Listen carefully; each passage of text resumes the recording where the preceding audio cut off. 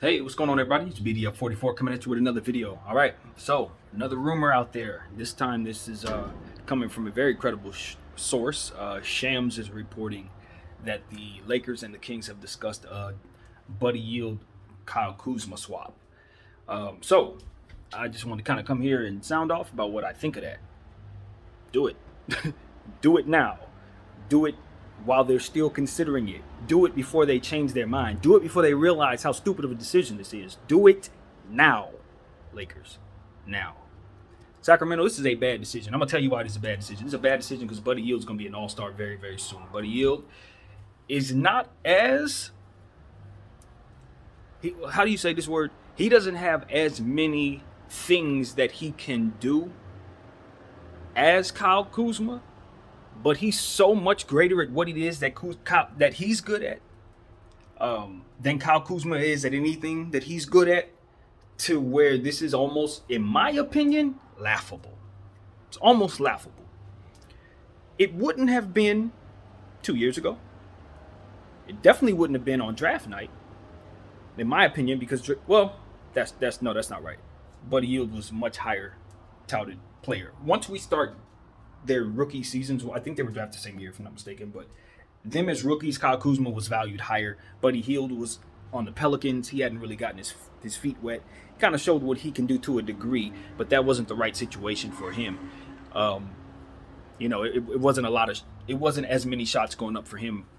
He was more of a complimentary piece, of course, to AD and all that. Keep in mind, he's already played with AD. That's something to think about.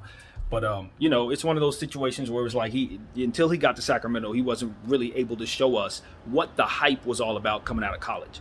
But we had seen what he was up to in college. This dude was a one-man band scoring machine from behind the arc. He was a Kobe type guy. You're not comparing him to Kobe, but he was one of those people who patterned his game after Kobe, who grew up watching Kobe, who has the same number as Kobe, who before Kobe passed away, had a chance to I believe work with Kobe. He got a chance to know Kobe, and it's no secret that Buddy Yield has always wanted to be a Laker. It's his dream to walk in Kobe's footsteps, basically, and hit big shots just like his idol. And there's many a player in the league like that. We know Jason Tatum's another one. There's a lot of guys like that, but I think Buddy Yield has always been down the street, so to speak, in Sacramento. Kind of like close, you know what I mean? Living the California lifestyle, but not quite, where he wants to be, basically. And I also understand that Kyle Kuzma, on the other hand, is ready to get the heck up out of here. He sees it the same way I do. This is not the best place for him to get his opportunity to show what it is he can do. The reason why this is laughable is because he hasn't panned out. The reason why he hasn't panned out is because the opportunities haven't been there, and as a result, he's just kind of fallen short after stepping out, breaking out early in his career. But after kind of ascending into draft steal status, he's kind of fallen back down to earth, and at this point it's become a player people are wondering if he's a full-fledged bust. That's how bad it's gotten to this point. But he says he's working. I know what he's good at. I know what type of talent he has. I know what type of scoring ability he's capable of providing, what type of natural scoring ability he has. And I think he can play his value up to make this not so laughable anymore. But as of today, hell no, you don't know. Buddy Yield is a much more valuable player because of, first of all, floor spacing. Buddy Yield is a scorer. He's like Bradley Beal light, in my opinion, at this stage in his career. He's working his way up to that status. He scores the ball, man.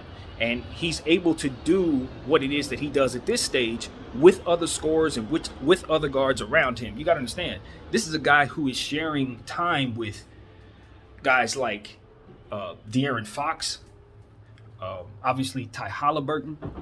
So it's like he's not really in rotation going forward. He's not going to be a part of what it is that the Kings are doing, because Ty broke out and has turned into a player that we all know is going to be an all-star someday himself. They look like they're going to be the next Dame and CJ, to be honest with you, like that what they have in Sacramento. If Ty continues to develop like it looks like he will. So Buddy Yield is a player who's kind of lost in translation there because he doesn't really play the three like that. He's more so of a two, and Ty can do more for your offense in terms of just like passing and rock. He's a better defender, that kind of stuff. So they're ready it's time for Buddy to find a home. And I think there's no better place for him than this situation where we need shooters. Probably going to be letting go of some guys that we may not necessarily would like to let go of. And we're going to need to try to put the right type of talent around AD and LeBron James in their stead. We've been deficient with shooting. And we know that a guy like Buddy Hield immediately takes that issue away from us. He simply removes that issue from us. And like I said, he's already played with a guy like Anthony Davis. Davis has some rapport with him. He knows him. He was his rook. So I think that will help him along the way as well. Playing with LeBron James, it looks like a perfect fit on the paper. Obviously, you got a shooter, athletic guard, somebody who's not looking to really do more than he's supposed to in terms of just shooting the ball, scoring the ball, getting to the line, and making the free throws very, very, very well. I'm not familiar with Buddy on the other side of the ball. I don't really know what he does defensively. I don't know. So I'm just going to assume he's an average defender. But what I know he can do is hit big shots. He can close. And as he develops and gets stronger, he's going to become better and better of a scorer in this league. Like I said, I think he's going to be like a Bradley Beal type guy when it's all said and done. He just has big shot ability, man.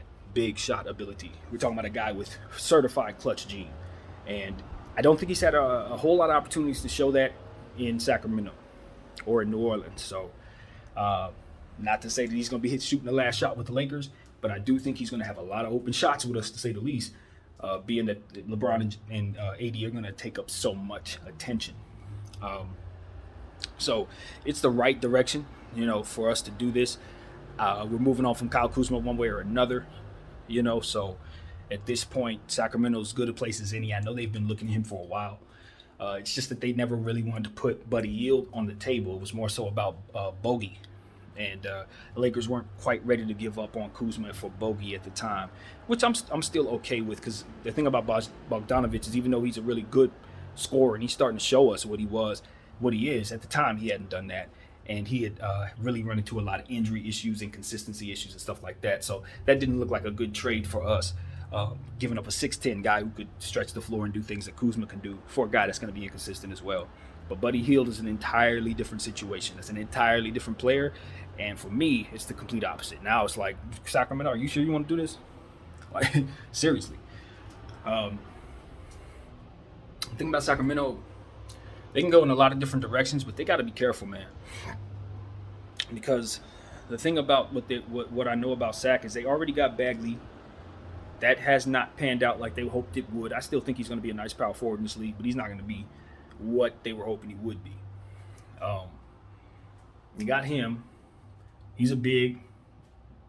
Got Kuzma now. If they're trying to bring in Kuzma, another guy that's not really playing up to par at that position. He's kind of sometimey.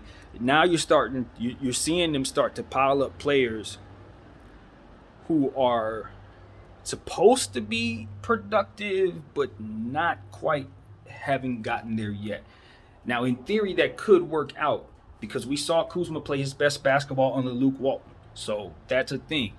But I'm just wondering if De'Aaron Fox and Ty Halliburton are going to start looking around saying that the supporting cast, we're young, but we're not as talented in our front court as we would like to be. If Kuzma comes in and continues to play the way he's played with the Lakers. Now, if he comes in and gives them the same stuff that he gave us in his rookie season, then that turns him into a playoff team, in my opinion. And Kuzma with a lot of shots and a lot of consistency, in my opinion, is something that's going to make him a better player. He needs more consistent looks and less pressure. He's already won a championship, so he's not ring chasing at this stage in his life, in theory. So what he's looking for is to just put himself in a position to show that he's what he believes himself to be, and no one's shadow to try to play behind. He should complement De'Aaron Fox very well. He's great in the fast break. So you're going to love having them out there, him and Ty Halliburton. In theory, on paper, they should play very well off one another. So there's stuff to do. Sacramento can, they can do this a lot of different ways. But what you're letting go of is on shooting if you're Sac. Kuz can shoot, but he's more of a shot maker. You've heard me say this a lot lately. Shot makers versus shooters. You're giving away shooters, and you're taking back shot makers. Ty Halliburton can shoot. I think he's a shooter. De'Aaron Fox, a shot maker.